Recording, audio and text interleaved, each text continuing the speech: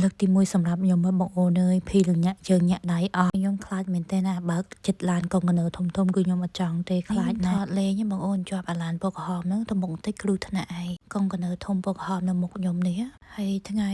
ទី3បងអូនទៅផ្ទះបងថ្លៃហ្នឹងបងថ្លៃឲ្យទៅយក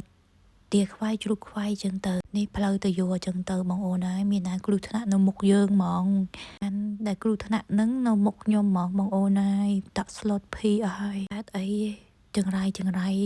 ទៅអស់ទៅតាមនឹងអស់តបងអូនអើយនិយាយទៅលើកទី1សម្រាប់ខ្ញុំនៅដកជាប់នឹងភ្នែកហ្មងវាបុកគ្នានៅមុខហ្មងបងអូនមិនបាញ់ខ្ទៀតពេញឡានហើយនេះខ្ញុំថតមកកណាទេចេះជាប់ឡានពកក្រហមនឹងដែលគ្រោះថ្នាក់ហ្នឹងថតបានតែបន្តិចហើយខ្ញុំបិទវិញខ្ញុំថាថតវិញពេលមានណាបងអូនថតអត់ទាន់នេះគេបុកគ្នានៅមុខហ្មងឡានប្តីខ្ញុំក៏មានកាមេរ៉ាដែរតែប្រាប់វាឲ្យសេវវាអត់សេវទេដោយសារប្តីខ្ញុំបើកបទចម្រៀងលឺពេកនៅស្រុកនេះវាជាកាមេរ៉ាតែនឹងមាត់ទេបងអូនចាហើយឡានកុងកណឺនៅមុខពកក្រហមនឹងចាគឺបុកគ្នាបងអូនអើយអាណិតមែនតែនប្តីខ្ញុំឡើងចង់ឡានទូចនឹងវាបត់ពាក់កដាលឡានធំហ្នឹងហ៎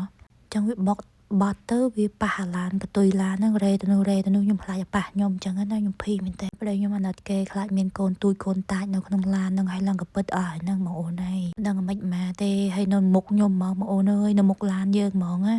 ហើយខ្ញុំឡើងតាក់ស្លុតមែនតែបងអូនឡើងញាក់ជើងញាក់ដៃហ្មងដើរអត់ចង់នឹងទេអាការចុះទៅយកជ្រូកខ្វាយទាខ្វាយហ្នឹងប្តីខ្ញុំអាណិតគេឡើងចង់យកមកគ្នាដើរឃើញ